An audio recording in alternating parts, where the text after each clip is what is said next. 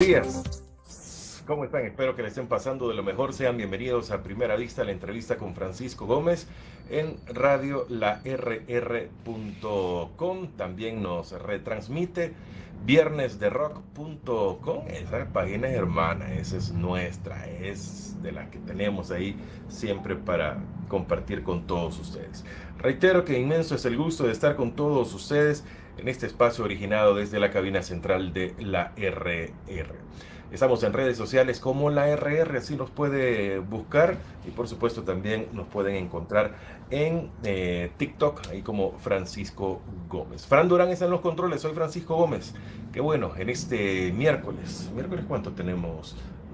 Ahora 7 de mayo, en una mañana. Aquí tengo el panorama enfrente, completamente gris por lo menos sobre San Salvador. Ya vamos a saber en el occidente de la República cómo está la cosa.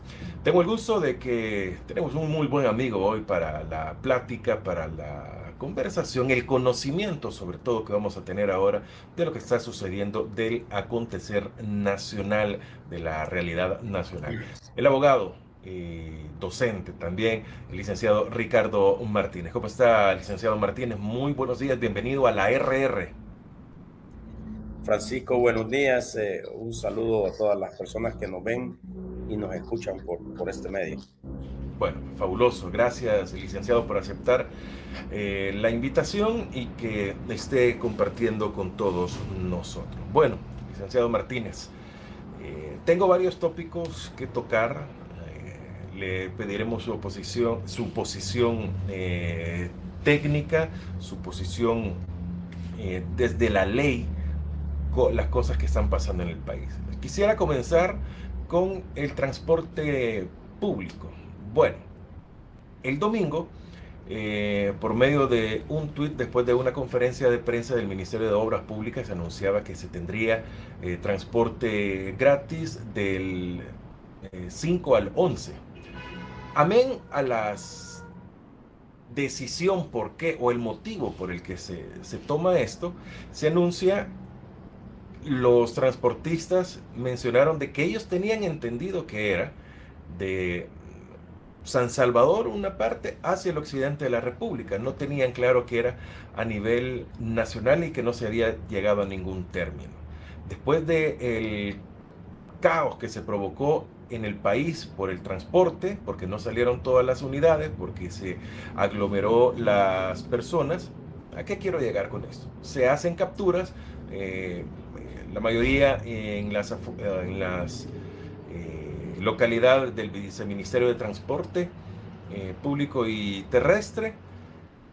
Y ahora, bueno, anoche prácticamente conocíamos también de que capturaron a 5 más. En total hay 10 transportistas que han sido privados de libertad o detenidos. En el primer caso la mayoría de Occidente, en el segundo caso, anoche, Apopa, Soyapango y uno del departamento de la Unión. Las razones, bueno, desobediencia sobre todo, es lo que se les está imponiendo a estos. O sea, ¿debería por un tuit darse por enterados todos? ¿O cómo debería de ser el proceder a tener en este caso, licenciado Martínez?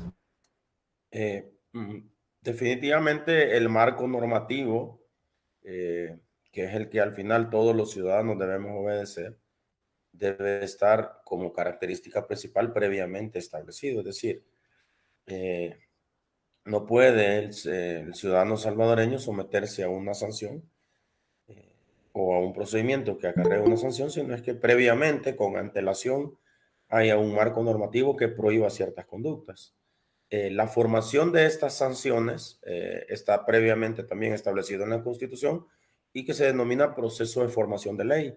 Es decir, para que una ley mande, prohíba o permita el quehacer de un ciudadano, debe de estar previamente establecida en un marco normativo y esta debe seguir un procedimiento.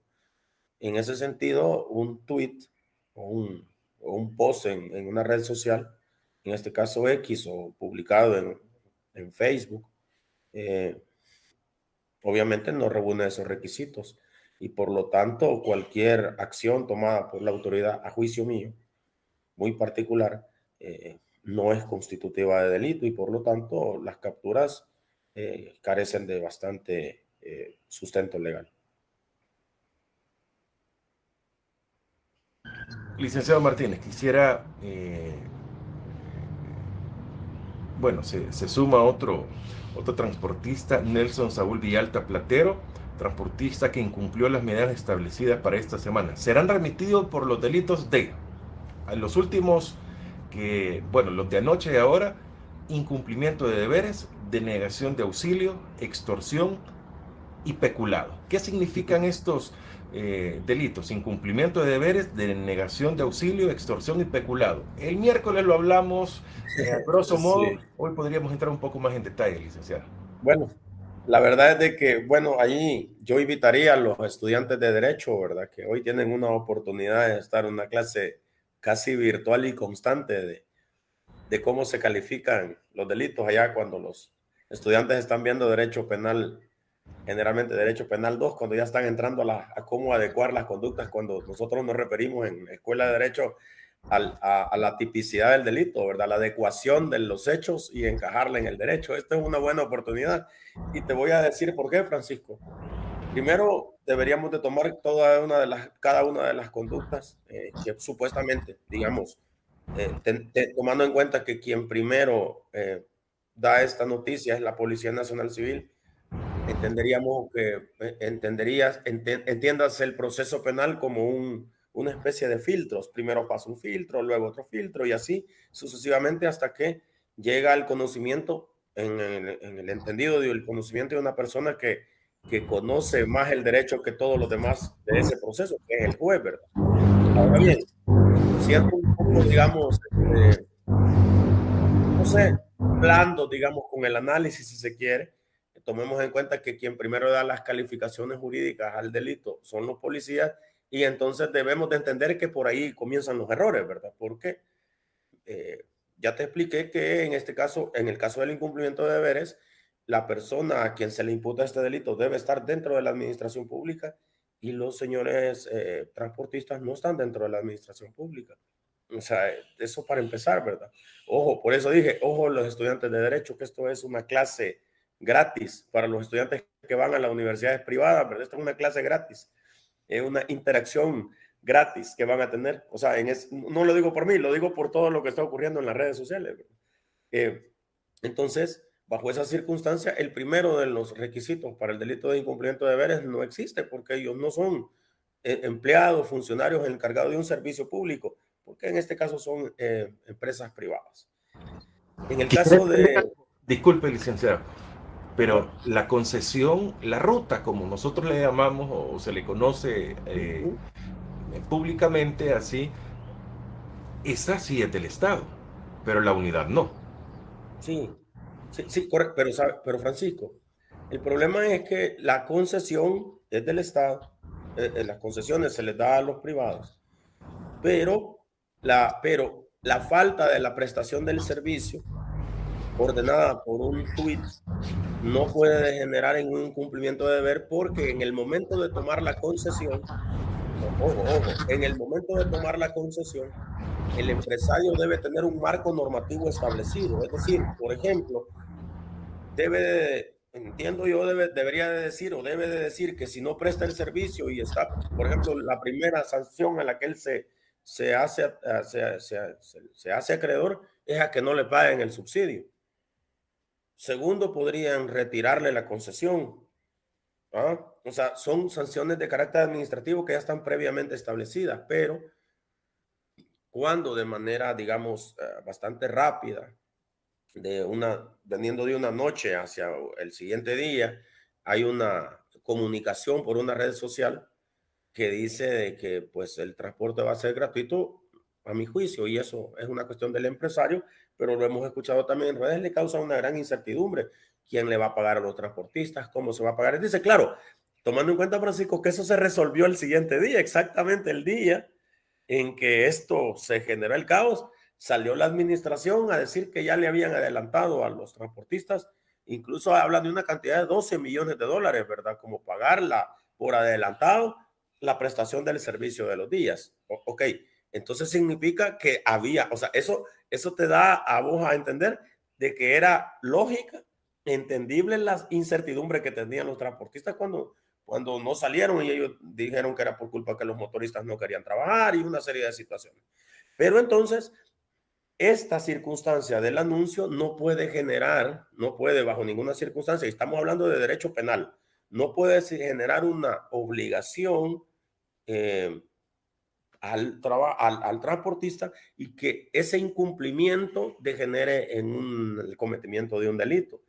Porque, insisto, esta circunstancia de derecho no ha agarrado la categoría de obligatoriedad porque no ha tenido su proceso de formación y entonces no es de obligatorio cumplimiento. Y habría que establecer, ojo Francisco, que había que establecer en esa reglamentación que el incumplimiento de este acuerdo, de esto ya plasmado en la ley, daba lugar a una sanción y de qué naturaleza fuere, porque entonces no puede a priori sancionarse eso con un delito. Eso explico por el hecho de que me decís que las concesiones y esta parte, o sea, es decir, no puede bajo ninguna circunstancia establecerse que por el hecho de tener una concesión ellos pueden ser acreedores a una sanción penal cuando la reglamentación que rige estas concesiones por ninguna circunstancia dice que ellos puedan ser sometidos a delito penal si ellos desobedecen, por ejemplo, no salir a trabajar 1, 2, 3, 4 o 5 días. Un mes puede ser. La sanción ya está establecida en esa. Puede ser no pago del subsidio y el retiro de la concesión. Me surgen varias preguntas, varias dudas. Eh, ¿Qué tipo de delito, no sé, es penal, civil, administrativo? ¿Qué es realmente? No, a mí me parece, es que y ahí viene el problema, y es un problema bastante Más interesante para los porque estudiantes. sí, claro, no, y sorprende a todos los que ya de alguna manera pues hemos andado un ratito en esto, porque es que realmente a mí, eso es a mi criterio, podría ser que otros colegas no coinciden conmigo, pero el problema es que si la obligatoriedad de la acción que supuestamente incumplieron los transportistas viene de un tuit, es decir, digamos que no es penal, ya establecimos que no es penal, entonces vámonos a la vía administrativa. ¿Y cómo van a llegar frente a un juez administrativo a decir que han desobedecido un tuit? O sea, yo al final no soy experto en derecho administrativo, te soy bien honesto, porque hay ramas del derecho, hay gente que es muy conocedora de esto, pero obviamente nosotros los abogados tenemos algún conocimiento general de todos los derechos por la formación que tenemos. Nosotros dentro del pensum, todas las universidades imparten derecho administrativo y bueno, mire, el punto base del derecho administrativo es el acto administrativo, el acto administrativo que es el dictado por una autoridad en ejercicio de sus funciones. ¿Cuáles en este caso? Y allí que quisiera que me secundaran si algún experto en derecho administrativo nos está viendo, ¿cuál es en el acto administrativo? Si el acto administrativo también tiene su fundamentación legal, entonces, ¿cómo van a llegar, por ejemplo, a demandar? Venimos a demandar en un proceso administrativo al bucero Juan Pérez porque desobedeció un tuit. Pues, Francisco, o sea, es distópico, eso es algo, no sé, es de otra dimensión, ¿verdad? En serio. Entonces, Podríamos complicado. separar, licenciado Martínez, podríamos separar los que capturaron lunes con los que capturaron anoche. No, Porque puede haber, realmente no hay, no, Francisco, es que no hay y debe ningún, de haber lo una único, ley. ¿Esto debió haber pasado por la Asamblea Legislativa o simplemente es algo ejecutivo? no necesariamente, Francisco, porque también dentro de la ley, o sea, digamos, la ley tiene como categorías, ¿sí? Eh, o la reglamentación, Dios, tiene categorías y también los transportistas están sujetos a cuestiones de reglamentos internos que no necesariamente pasan por la Asamblea Legislativa, sino que son reglamentaciones que puede hacer válidamente el Viceministerio de Transporte o el Ministerio de Obras Públicas. Pero el problema es que debe ser previo, Francisco, ¿sí? Y en el caso en materia penal, sí, cualquier sanción que se le imponga penalmente a un ciudadano, estas sí deben de pasar por el tamiz de la Asamblea Legislativa. No puede ser una violación a un simple reglamento. Te voy a poner un ejemplo. Si yo porto un arma con papeles vencidos, ¿sí? Si tengo los papeles en regla, pero los papeles están vencidos, yo me hago acreedor a una sanción administrativa, una multa. Pero si yo porto un arma sin la documentación porque no la tengo, entonces eso es una sanción penal. Esta ya está regulada en el Código Penal, mientras que la sanción administrativa está en un reglamento. Entonces, debemos entender que para que una persona sea acreedora a una sanción penal, debe de pasar por la Asamblea Legislativa, porque el poder más grande del Estado, el más grande de todos, es el de suspenderle la libertad a las personas. ¿Sí? Por eso es que sabiamente el legislador constituyente dice, mire, el derecho penal pues debe de ser, cuando se refiere a derecho penal, pues debe de pasar por la Asamblea Legislativa. Entonces, el problema aquí es que no existe, a mi juicio, no existe ninguna razón legal, ninguna, que conduzca a esta detención. Y no podemos hacer un distingo entre los de lunes y los de martes, simple y sencillamente porque lo único que aumentaron, si vos ves el catálogo de delitos, es el delito de peculado, y que obviamente tampoco resiste ningún análisis bastante profundo. Bastaría con saber, ojo, también para los estudiantes de derecho, que en el caso del peculado solo se le puede aplicar a empleados y funcionarios públicos, ojo, y no están, aquí salen los concesionarios, ¿verdad? ¿Sí? Empleados y funcionarios públicos que se apropian de fondos públicos para sí o para un tercero, pero ojo, con un requisito, que deben de ser los encargados de la administración de estos fondos. Y la pregunta es, ¿y qué fondos públicos administran los buceros? Porque lo que ellos reciben es un pago de una compensación. Y en este caso, el pago por un servicio que el gobierno ofreció gratis a la población. Entonces, lo que hay ahí es un incumplimiento contractual, ¿sí? Que da lugar a una acción civil, a que el transportista que se le pagó y no prestó el servicio, que devuelva el dinero. Eso es. Y hasta le pueden quitar la Él no está concesión. administrando nada. Hasta le pueden quitar la concesión. Por su, Francisco, puede pasar en un acto administrativo. Por eso te digo yo no soy experto en derecho administrativo, pero puede ser, incluso podría ser que dentro del contrato de concesión que se haga, podría estar regulado de que si ellos desobedecen o incumplen un contrato de esta naturaleza, podría dar lugar al retiro de la concesión.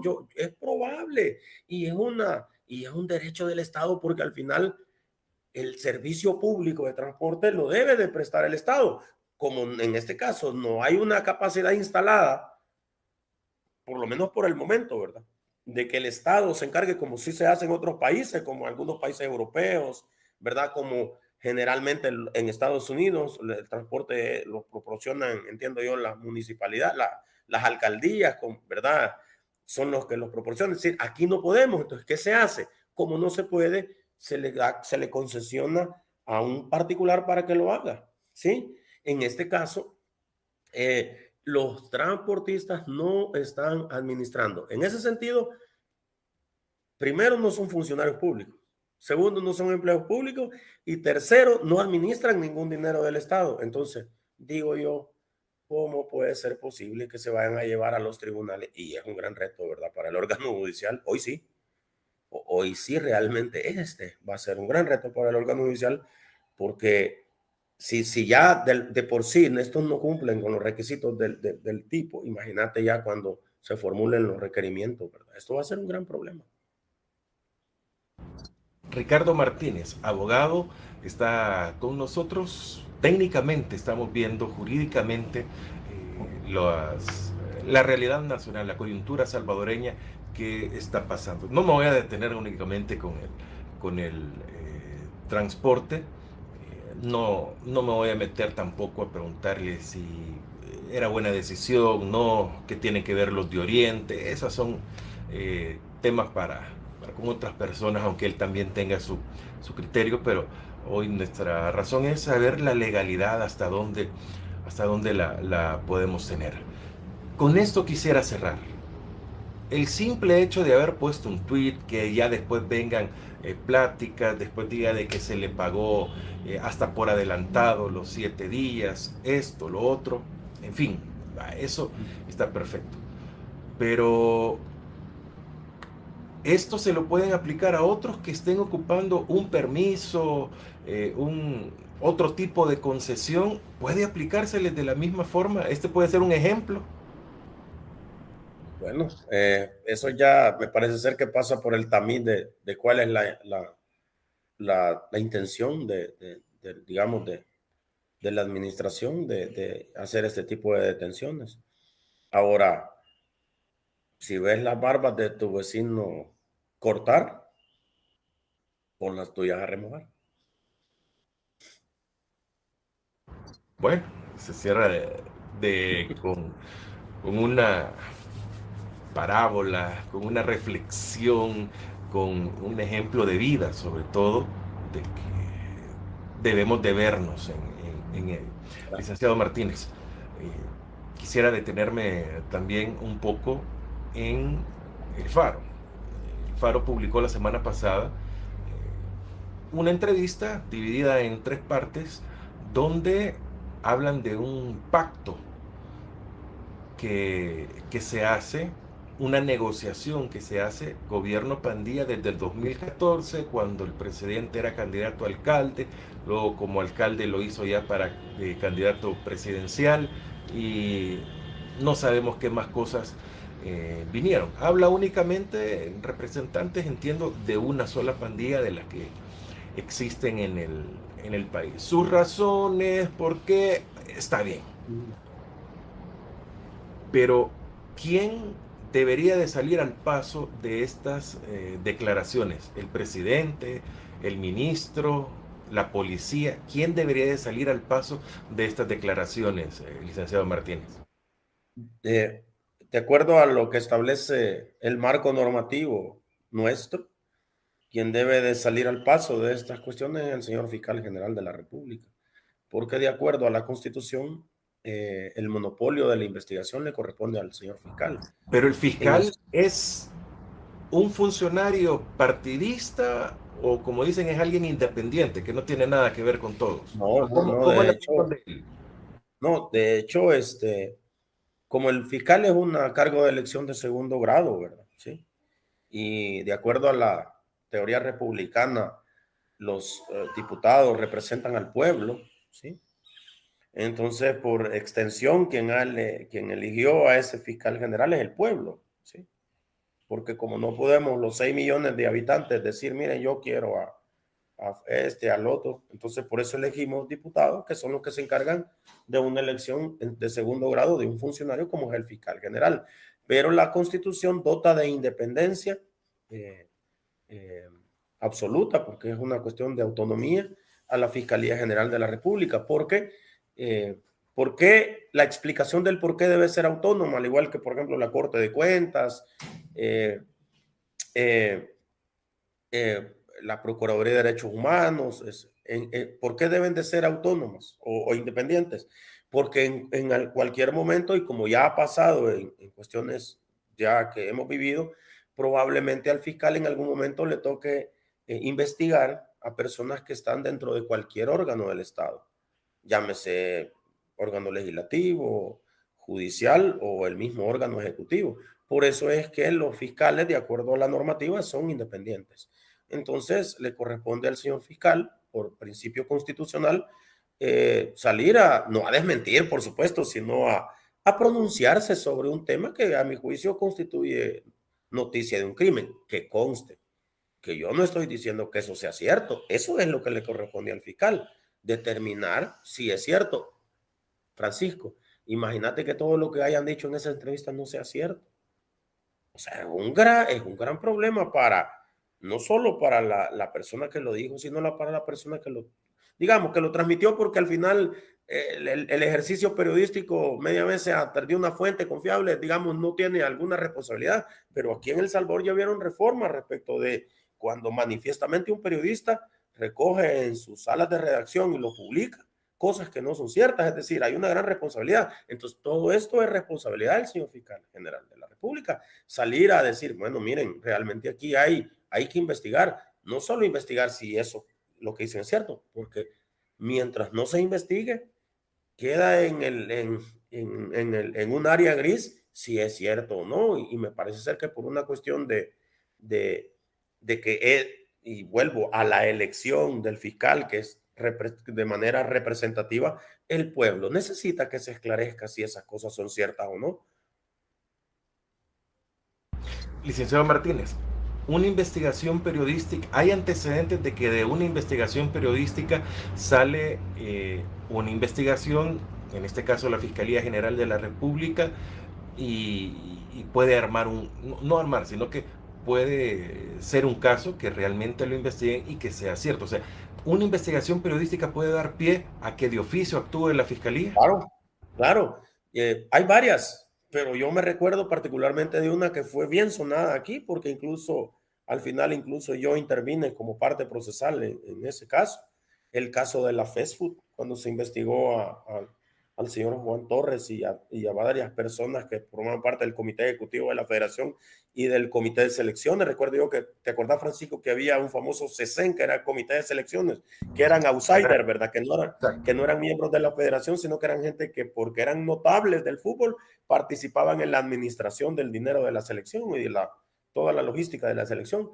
En esa ocasión, el periódico La Prensa Gráfica publicó bastantes, recogió una investigación e hizo unas publicaciones casi a diario del tema de la fast food, y cuando el fiscal general decidió iniciar un proceso de investigación que incluso llevó a un proceso larguísimo, ¿verdad? Lo hizo basado en la noticia criminis, digamos así, en términos técnicos, de lo que la prensa gráfica había publicado, ¿verdad? Incluso algunas, vaya, los casos de corrupción de Mauricio Funes, y no fueron a través de publicaciones del Faro que se inició el proceso de investigación en el caso de la partida secreta, y todo eso fueron publicaciones del Faro los que impulsaron las investigaciones. Es decir, incluso el Faro ha tenido digamos, como génesis varias investigaciones que al final han culminado no solo en procesos penales, Francisco, hasta en condenas, ¿verdad? En el sistema judicial. Es decir, hay casos sobran, Francisco, sobran, y entonces no sé cuál va a ser el oficio o alguien debe de llegar a poner un aviso, una denuncia. No. Vaya, en estos casos hay tres formas de iniciar una acción, digamos, tres formas. Hay delitos que son solo perseguibles a través de acusación privada. Por ejemplo, si a alguien le dan un cheque que no tiene fondos, tendría que recurrir, contratar a un abogado e iniciar una acción, se llama acción privada, con el delito de cheque sin provisión de fondos. Eso va directo al tribunal de sentencia. Existen otros delitos que son previas instancias que solo pueden ser iniciados, ¿verdad? Con la denuncia de una persona, de un particular, ¿verdad? Por ejemplo, el delito de amenazas, que solo puede ser iniciado si un particular dice, yo me considero ofendido y autorizo a la fiscalía para que investigue. Y hay otros delitos que son los denominados, que casi son la mayoría, perseguibles de oficio, que son todos aquellos delitos, casi la mayoría, que de alguna manera ofenden intereses generalmente difusos, o algunos casos graves, como por ejemplo el delito de homicidio, que si bien es cierto, ofenden de bienes particulares, pero que la autoridad no puede dejarlos de investigar porque no haya un ofendido o alguien que denuncie.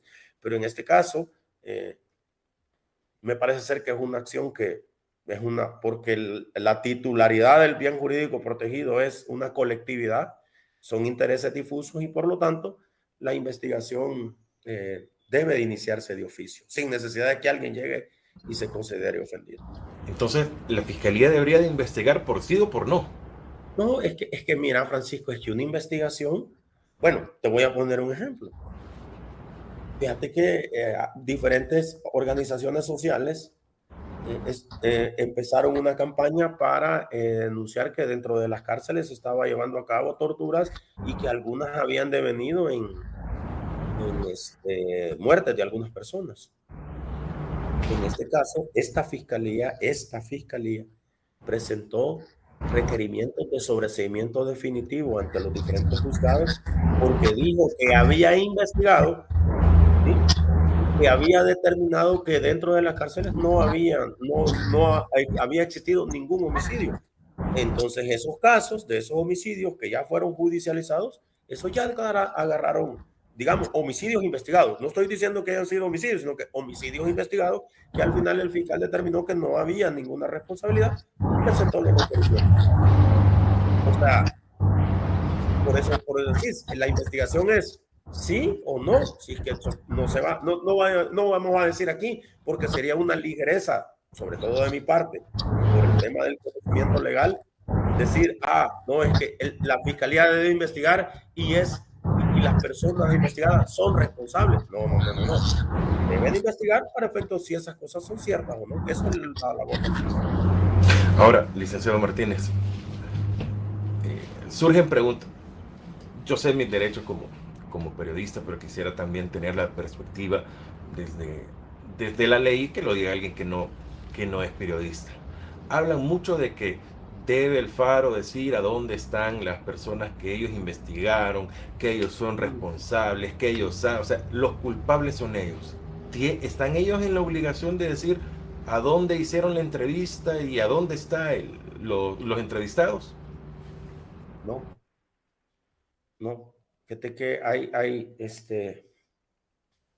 ciertas profesiones que la ley protege algunas comunicaciones y algunas cosas que parecerían ser, digamos, fuera de orden, pero así lo son. Por ejemplo, mira, los abogados podemos conocer la ubicación de una persona que es nuestro cliente, pero no estamos obligados a decirle al juez dónde está o a la fiscalía.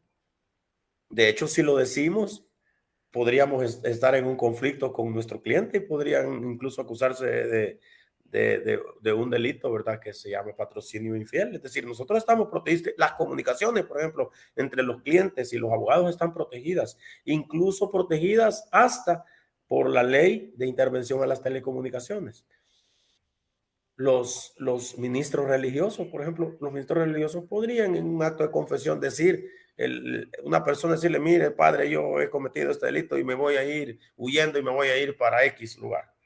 Y no están obligados a decir dónde, porque es un secreto de confesión. Y ahí en eso se incluyen los periodistas. Los periodistas, por el ejercicio periodístico, no están obligados a revelar ese tipo de cuestiones y aún así lo hagan y si no lo hacen, no están sometidos. Y eso no es una regla interna, sino que también es una reglamentación internacional. Hay periodistas que han entrevistado a personajes no tan célebres, ¿verdad? Eh, por ejemplo, la persona que entrevistó al Chapo Guzmán, ¿verdad? Si eso fuese cierto, esa persona debería estar ahorita, no sé, en una prisión federal en los Estados Unidos. Y bueno, y todos son conocedores de quién fue quien lo entrevistó. Y no está detenido. Hay personas que han entrevistado a guerrilleros en tiempos de guerra, ¿verdad? Personas que entrevistan a caudillos, musulmanes y solo protegen, digamos, dónde se encuentran y no son sujetos a ninguna persecución. En resumen, un periodista, y no estoy diciendo el Faro, cualquier periodista que en el ejercicio de su función, ojo, que en el ejercicio de su función extraiga una información que sea una cuestión noticiosa y que la dé a conocer al público y que esta persona que se le da sea una persona con conflicto con la ley y esté en un lugar clandestino, el periodista no comete ningún delito. Diferente es que ya no esté el periodista en el ejercicio de la función y que, por ejemplo, tenga escondido en su casa a una persona que está perseguida por la ley. Obvio es que ahí comete el delito de encubrimiento, pero porque no está en el ejercicio de sus funciones. Pero si está en el ejercicio de sus funciones, no es responsable de ninguna circunstancia, por lo menos de las que por ahí se anuncia que se le va a imputar. está fuera del alcance de la ley. Licenciado Martínez, según la ley, no recuerdo cómo se llama, pero donde es delito que usted sea pandillero o que colabore con ellos Sí. también. ¿Esta ley es retroactiva o es a partir del momento en el que se aprueba? Bueno, aquí hay una discusión, me parece ser bastante política, de la retro y la irretroactividad de la ley. Realmente la ley es retroactiva solo en algunas circunstancias. Cuando esta es de orden público, y ojo, y aquí es donde se han saltado, ¿verdad? Las circunstancias que son, a mi juicio, anormales. Y dice, y es retroactiva solo cuando es más favorable al reo. Es decir, si una ley es de orden público, pero no es favorable a la persona que se va a imputar a esa ley y que esa ley va a ser una ley, digamos, que va a castigar algunas infracciones por circunstancias ya de orden dogmático, estas no pueden ser retroactivas. Aquí se ha dado una interpretación al revés, ¿verdad? Que la ley es retroactiva, si es más punible, si es más rigurosa, es retroactiva. No, es que la ley, digamos, no es retroactiva, sí, y sí limita derechos ya de derechos constitucionales adquiridos por la persona. Pero, Esta digamos, pregunta se la hago, licenciado Martínez, porque serían colaboradores de las pandillas, las personas que vinculan en esta entrevista, de llegarse a una investigación y comprobarse. ¿Tendrían que aplicarles los mismos términos de la ley a ellos? bueno, según la interpretación que ellos hacen, sí, pero es que también hay reglas de prescripción. Es decir, salvo obviamente algunas reglas que ya están, hay algunas, digamos, excepciones a las reglas de prescripción. Por ejemplo, las más recientes aprobadas son, por ejemplo, a los delitos de corrupción, que aprobaron una imprescriptibilidad de los delitos de corrupción. Y ahí es donde viene el ejemplo, fíjate, Francisco. Es que dice, mire, es que la ley la vamos a declarar de orden público y entonces rige hacia atrás. Mentira, es que eso no funciona así. Por ejemplo, si en el momento en que la ley se hace, dice, declárase que son imprescriptibles los delitos de corrupción, pues van a ser imprescriptibles los delitos de corrupción desde que la ley entre en vigencia en adelante, no hacia atrás. Pero e incluso es una interpretación que le favorece a cualquier funcionario que esté en este momento o que haya estado en aquel momento de la reforma, que no es tan lejos, creo que eso hace un par de años, todavía abarca esta administración. O sea, no estoy haciendo una interpretación a favor de ninguna administración, sino que lo que estoy diciendo yo es que cuando se trata de imprescriptibilidad, eh, la ley es bien clara en que solo es retroactivo si es de orden público. Ahí ellos se han encargado de decir, es que esta ley es de orden público, es que las consideraciones de orden público no las puede dar así el legislador tan fácilmente. No es así. Pero bueno, tomemos en cuenta que ellos ya lo hicieron, pero tampoco pueden decir, y si aplica a casos que vienen hacia atrás, no es que la ley no puede regir hacia atrás, solo puede regir hacia atrás si es favorable al reo. Por ejemplo, si un delito tenía como pena 10 años de prisión, se condenó a una persona a 10 años de prisión, ya cumplió 5 y de repente el legislador reforma y dice, mire, este delito le vamos a bajar a 5 y se aprueba la ley, se sanciona y sale y se publica y la ley es vigente. Entonces, esa ley se puede aplicar a casos anteriores porque es más favorable al reo. Esa es la explicación. Pero si al contrario, Francisco, si es al contrario, si esta ley tenía 5 años y posteriormente se le puso 10 años y a la persona la procesan, está bien, cuando se cometió el delito era 5 años y la procesan posteriormente a la reforma de 10 años, no le pueden aplicar los 10 años, tiene que aplicársele los 5, porque la ley que se aplica es la ley más favorable al reo. Y aquí como se ha creado una cuestión de que es la ley penal del enemigo, ¿verdad? Es decir, es que todas las personas que están sometidas a un proceso penal son malos y por lo tanto deben de ser castigados y por lo tanto deben de ir a prisión. Esa es y como el problema cultural de nosotros es muy grave, ¿verdad? Cuando estas cosas se repiten, se repiten y se repiten y hay opinadores y opinan, entonces a la gente se le vuelve casi una realidad que eso es así. Y entonces los que tenemos alguna voz técnica en esto, poco se nos escucha. Sí, somos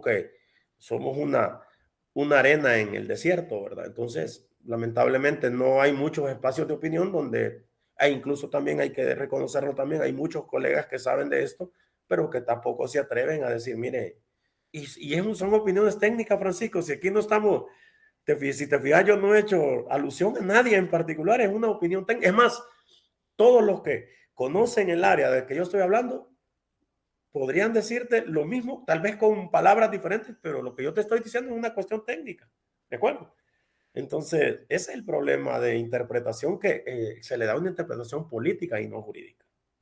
¿Y cuál es la diferencia entre la interpretación política y jurídica, y si cabe en estos casos? No, es que lo que pasa es que cuando yo te hablo de una interpretación política es porque se hace a conveniencia de una coyuntura, y la ley no debe de ser así. De hecho, una de las características de la ley es que es impersonal y de aplicación general. Es decir, no porque, digamos, hay una ley que prohíbe que un administrador de fondos públicos haga X circunstancia y dice, y si lo hace, va a ser sancionado con prisión de tanto tiempo. Entonces, no es aceptable que porque yo estoy en esta administración se le dé un manejo, y porque sale una administración y entra otra se le da otro manejo. No, no, la aplicación debe ser general para todos. Cuando yo hablo de una interpretación política, es porque se hace a conveniencia de la coyuntura, y eso no se puede hacer. Por ejemplo, el delito de peculado, extorsión, denegación de auxilio y de incumplimiento de deberes no es aplicable para los transportistas. Entonces, ¿qué se está haciendo? Una interpretación coyuntural. A eso me refiero, Francisco, que en un Estado de Derecho eso no se da. Que si el Estado tiene algunas herramientas para sancionar a las personas, que incluso, a mi juicio, a mí eso sí es descarado, ¿verdad? A mi juicio es descarado, que si un transportista recibió dinero adelantado y no sacó su unidad a trabajar, eso es descarado, Francisco. Eso sí es descarado, ¿no? Y yo creo que pocas personas van a estar en desacuerdo conmigo. Si vos recibís una prestación adelantada y no prestas el servicio, bueno, para eso está el derecho administrativo, para eso están las sanciones administrativas. Retírenle las concesiones a los que se pruebe que han hecho eso. Retírenselas. Y si quieren incluso expropiarle las unidades y prestar el servicio, háganlo. Pero es que el derecho penal no es aplicable en este caso. ¿Me explico? Licenciado Martín, no sé si usted es la persona competente, pero también quisiera como de interpretación. Decretan el transporte gratis. Insisto, las razones y todo eso no vienen al caso ahora. Pero la mayoría interpreta, el presidente nos ha dado el transporte gratis. En este caso, ¿quién da el transporte gratis? El Estado, el gobierno, el presidente, mis impuestos, la población, los transportistas. O sea, ¿quién es realmente ahí? Francisco, yo realmente te quiero decir una cosa. Lo que está ocurriendo aquí ocurre en todo el mundo. Si vos ves, sale el presidente Donald Trump y dice, voy a poner 2 mástiles de bandera aquí en la Casa Blanca, en la zona tal y en aquellos montículos, dice, y va a ser pagado por Donald Trump. Él no puede hacer eso. ¿Sí? Y claro, sale y lo dice y le dan el gran volumen, lo sacan y dice pero no lo paga él. ¿Sí? Pero tampoco no es solo titularidad de Donald Trump, lo escuchas en México, lo escuchas en Colombia, que es parte de digamos, de la forma en que las cosas se dicen desde una administración. Y Fernando, no ha sido solo esta. O sea, es una forma de hacer política en casi en todo el mundo. Es decir, el gobierno hace tal cosa, el gobierno. Y obviamente, como se repite esto, que el gobierno hace, que el gobierno da computadoras, que el gobierno da paquetes escolares, el gobierno, como dijo, entiendo yo que fue, no sé si Margaret Thatcher, si no me equivoco, alguien que me corrija, dijo, mire, es que el gobierno no tiene dinero. Díganme en qué país del mundo haya menos las autocracias, ¿verdad? Pero las autocracias, digamos, petroleras, ¿verdad? Que son grandes jeques que manejan ellos mismos cierta cantidad de ingentes de dinero, ¿verdad? pero eso sí están fuera del alcance de cualquier análisis.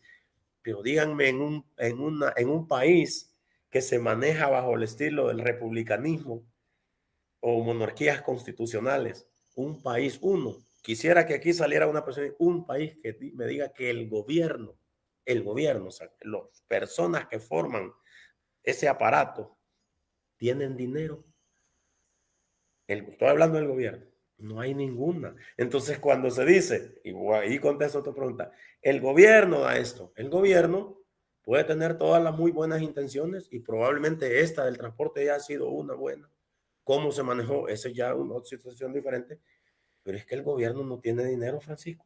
Y no me estoy metiendo en el hecho de que el gobierno está quebrado. No, estoy hablando en que cuando el gobierno dice voy a dar algo, ese dinero es de los contribuyentes. Todo. Computadoras, paquetes escolares, paquetes agrícolas, el transporte, cualquier clase digamos, de concesión o cualquier clase de regalía que se le haga a las personas, comida, etcétera. Eso, Francisco y señores que nos están viendo y escuchando, eso sale del dinero de los impuestos de la gente. Entonces no es que, porque ningún gobierno tiene dinero. Entonces tampoco es el presidente. No, claro, no, es que, bueno, lo que pasa es que, mira, hay algo interesante, porque se ha querido manejar esto, es que los de antes no daban, el SIDA, y alguna razón tiene la gente, fíjate, Francisco, porque honestamente, medidas como las que se tomó en pandemia, ¿verdad? De dar $300, de repartir comida, revisar hacia atrás, y obviamente medidas como esas nunca habían sido implementadas por gobiernos anteriores. Es un estilo de gobernar, Francisco. Y quizá, y un estilo inteligente. Créemelo, es un estilo que le ha dado mucho resultado al señor presidente y su administración. Entonces, hay que respetarlo, es un estilo de gobernar. Claro, sujeto al análisis, ¿verdad? De que hay personas, por supuesto, que se encargan casi todos los días de decir, mire, no es el presidente, es los impuestos de la gente, pero es un estilo de gobernar, Francisco. Y te digo, y hay que ser, por lo menos conceder eso, que es un estilo muy inteligente, muy propio y porque se adapta fácilmente a nuestra cultura, a nuestras economías, se adapta como al niño al dedo.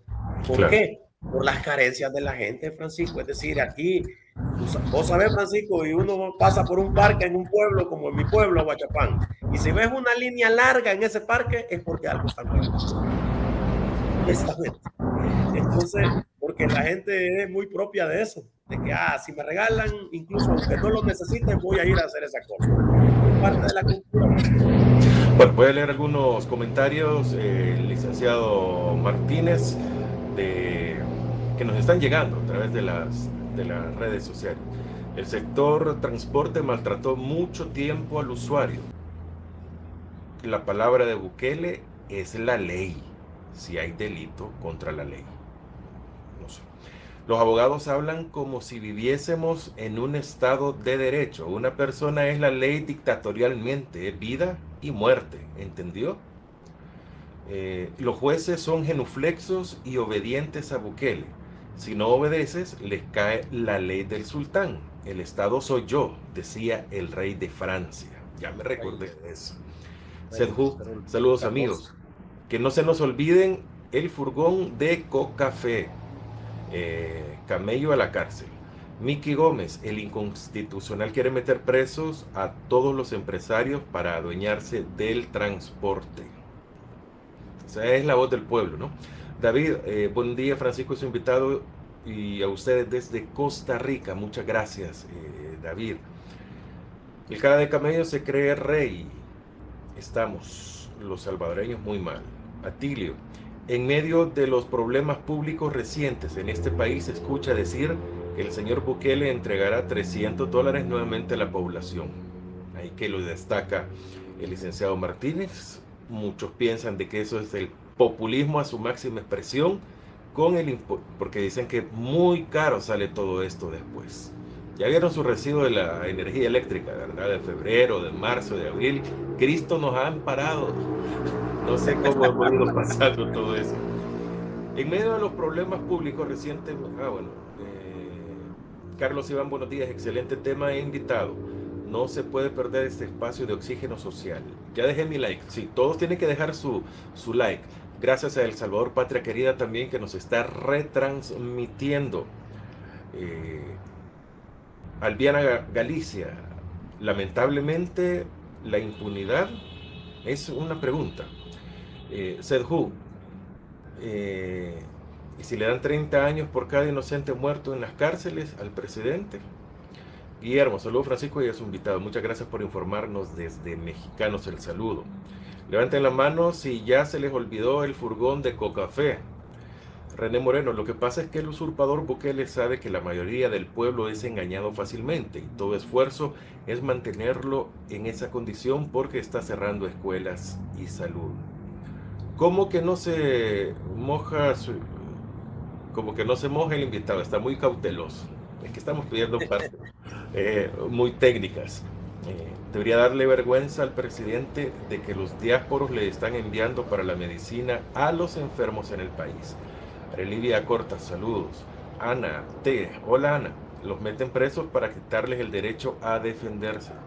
Felipe, saludos Francisco y a su invitado. Los dictadores siempre buscan como para que el pueblo pase entretenido. Es ahí donde ellos aprovechan de la humildad de un pueblo que no quiere entender.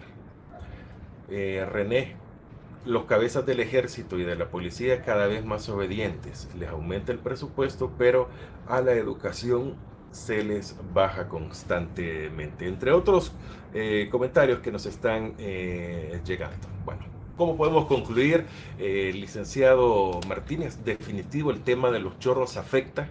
Amén, al transporte gratis, todo.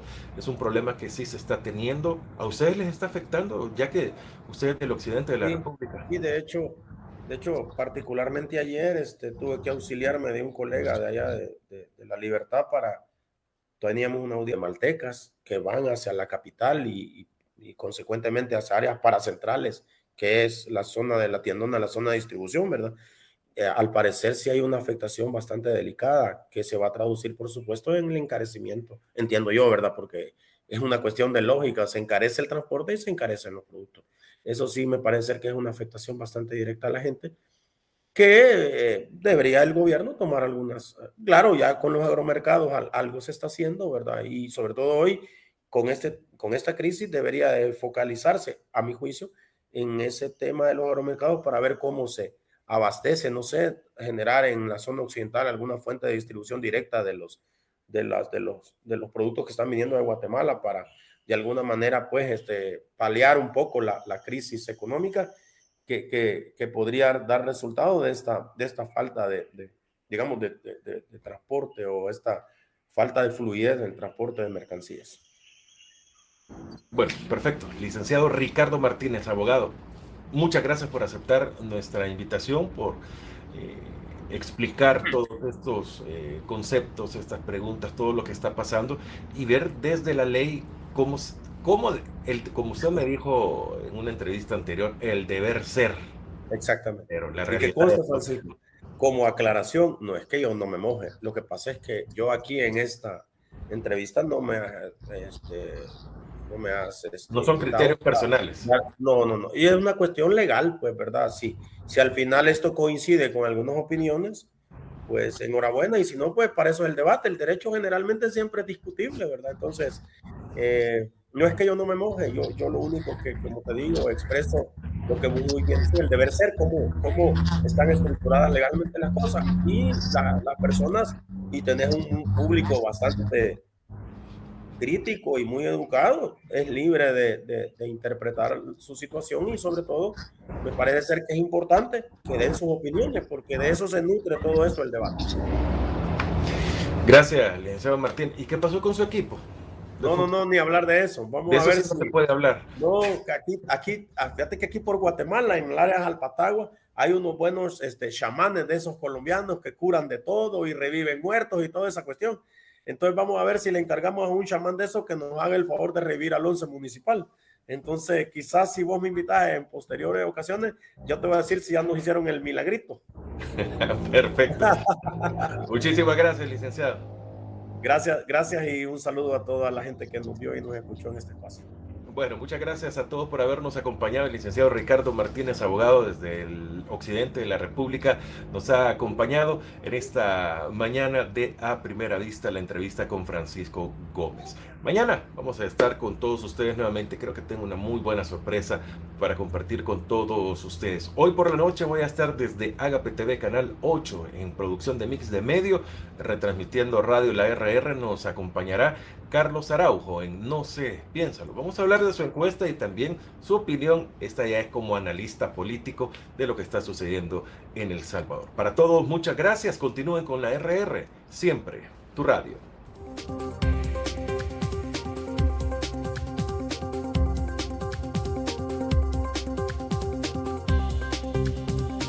La entrevista, el punto de vista de los profesionales en temas de interés nacional e internacional.